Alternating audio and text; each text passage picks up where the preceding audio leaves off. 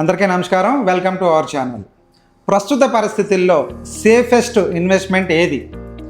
మీ దగ్గర ఒక 20 నుంచి 30 లక్షల రూపాయలు ఉన్నాయి అంటే ఆ మనీని ఎక్కడ ఇన్వెస్ట్మెంట్ చేయాలి, ఎక్కడ ఇన్వెస్ట్మెంట్ చేస్తే ఫ్యూచర్ బాగుంటుంది అన్న ఆలోచన ఈ రోజుల్లో ప్రతి ఒక్కరికి ఉంది. మరి మీకు తెలిసిన ఫ్రెండ్ సర్కిల్ని కానీ మీ బంధువులను కానీ అడిగి తెలుసుకుంటే ఒక్కొక్కరు ఒక్కోలా స్పందిస్తూ ఉంటారు. ఒకరు గోల్డ్ మీద పెట్టు ఫ్యూచర్ బాగుంటుంది అంటారు, ఇంకొకరు ల్యాండ్ మీద పెడితే ఫ్యూచర్ ఇంకా బాగుంటుంది అంటారు, మరికొంతమంది షేర్ మార్కెట్లో పెడితే ఫ్యూచర్ బాగుంటుంది అంటారు. అయితే నాకు తెలిసిన ఇన్ఫర్మేషన్ని ఈ వీడియో ద్వారా మీకు తెలియజేయాలనుకుంటున్నాను. స్కిప్ చేయకుండా చూడండి, డెఫినెట్గా ఈ వీడియో మీకు యూజ్ అవుతుందని అనుకుంటున్నాను. ఫర్ ఎగ్జాంపుల్ గోల్డ్ గురించి మాట్లాడుకుందాం.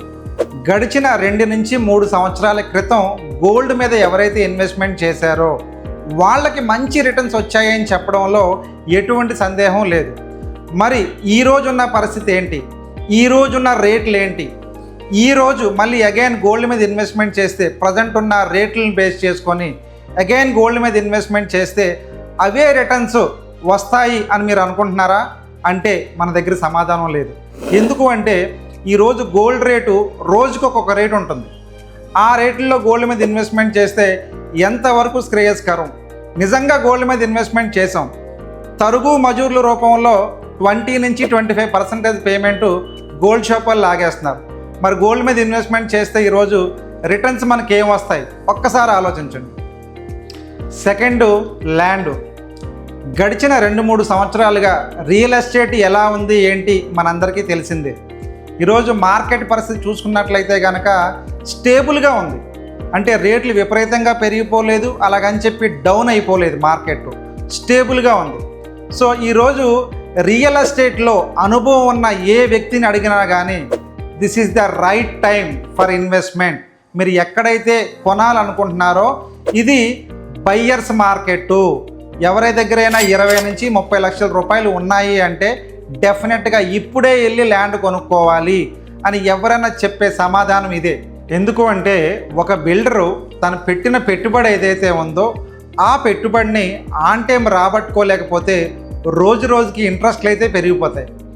దీనివల్ల మార్కెట్ని దృష్టిలో పెట్టుకొని తన దగ్గరికి వచ్చిన ఇన్వెస్టర్ ఎవరైతే ఉన్నారో ఆ ఇన్వెస్టర్ని వదులుకోకుండా తను అనుకున్న రేటు కన్నా ₹1 తక్కువ రేటుకి ఇవ్వాల్సిన పరిస్థితి వచ్చింది.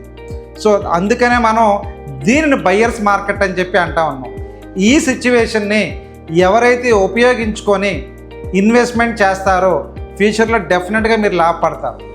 ఒకవేళ ఇన్వెస్ట్మెంట్ చేయలేని పక్షంలో డెఫినెట్గా ఇదే ప్రాపర్టీని ఒక 6 నెలల తర్వాత కానీ 1 ఇయర్ తర్వాత కానీ ఒక 20 నుంచి 30% ఎక్కువ రేటు పెట్టి కొనుక్కోవాల్సిన పరిస్థితి అయితే వస్తుంది. డెఫినెట్గా ఈరోజు మీరు ఏ ప్రాజెక్ట్ చూసుకున్నా ఒక 15,000 per square yard చెప్పారు అంటే కనుక అది మంచి రేటే. మార్కెట్ బ్రహ్మాండంగా ఉంది, రియల్ ఎస్టేట్ ఆకాశాన్ని అంటుకుంటున్న రేట్లు అనుకుంటే ఆ ప్రాజెక్ట్ నీకు 15,000కి రాదు, 20 నుంచి 25,000 రూపాయలు ఉంటుంది.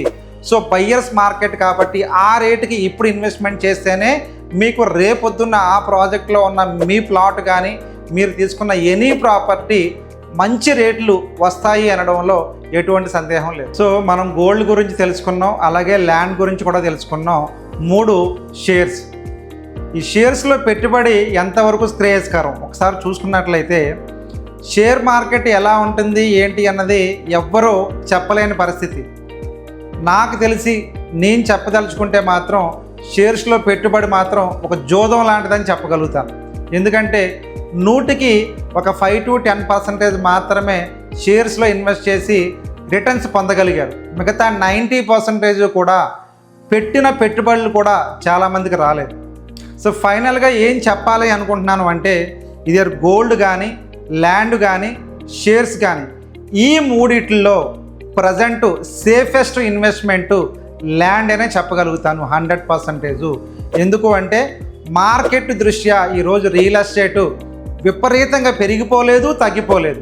సో దానివల్ల మాత్రమే ఈరోజు మీరు ల్యాండ్ మీద కనుక ఇన్వెస్ట్మెంట్ చేస్తే రేపన్న రోజు భవిష్యత్తులో మీకు కానీ మీ ఫ్యామిలీకి కానీ సమాజంలో గౌరవంగా నిలబడడానికి, ఒక మంచి ప్రాపర్టీ ఉంది అని చెప్పుకుంటాకి మీరు చాలా ప్రౌడ్గా చెప్పుకుంటారు.